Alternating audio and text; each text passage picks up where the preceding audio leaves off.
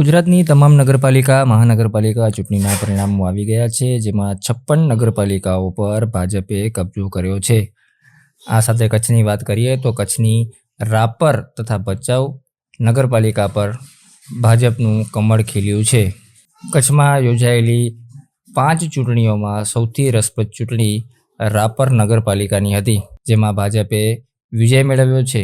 ત્યારે ભાજપના વિજય તથા કોંગ્રેસના સારા પ્રદર્શન બાદ કોંગ્રેસની પ્રતિક્રિયા સામે આવી છે।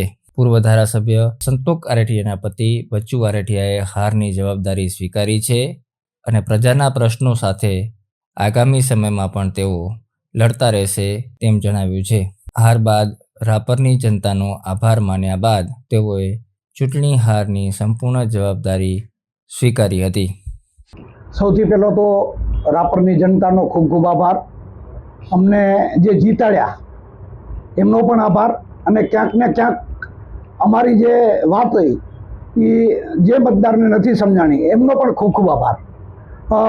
આ હારની સંપૂર્ણ જવાબદારી પહેલો તો હું લઉં છું, હું સ્વીકારું છું, કારણ કે કોંગ્રેસ પાર્ટીએ આ ચૂંટણી લડાવવાની જવાબદારી મને સોંપી હતી, એટલે એની હારની જવાબદારી હોય એ પણ મારે સ્વીકારવી રહી। બીજી વાત રહી, જે અમે સમસ્યાઓને લઈને લડ્યા હતા, શહેરની સમસ્યાઓ, પાણીની સમસ્યા હતી, ગટરની સમસ્યા હતી, રોડની સમસ્યા હતી, રખડતા ઢોરોની સમસ્યા હતી, સ્વાસ્થ્યની સમસ્યા હતી, આપણે શિક્ષણની સમસ્યા હતી, ગટરની સમસ્યા હતી, આવી ઢેર સારી સમસ્યાઓ હતી। એ સમસ્યાઓ ક્યાંક ને ક્યાંક રાપરની પ્રજાને કદાચ સ્પર્શી નહીં હોય, અને એમણે સ્વીકાર કર્યો છે કે આવી સમસ્યા કોઈ હોતી નહીં। એટલા માટે જે અમે સમસ્યાને લઈને લડ્યા હતા એ પ્રજાને સમસ્યા ન દેખાણી હોય તો એનો જે હાર છે એની સંપૂર્ણ જવાબદારી હું સ્વીકારું છું। અમે હંમેશા પ્રજાની વચ્ચે રહી અને લડવાવાળા છીએ। અમે હારે કે જીતીએ, 2022માં પણ મારા ધર્મપત્ની હારેલા, પરંતુ અમે મેદાન છોડ્યું નથી।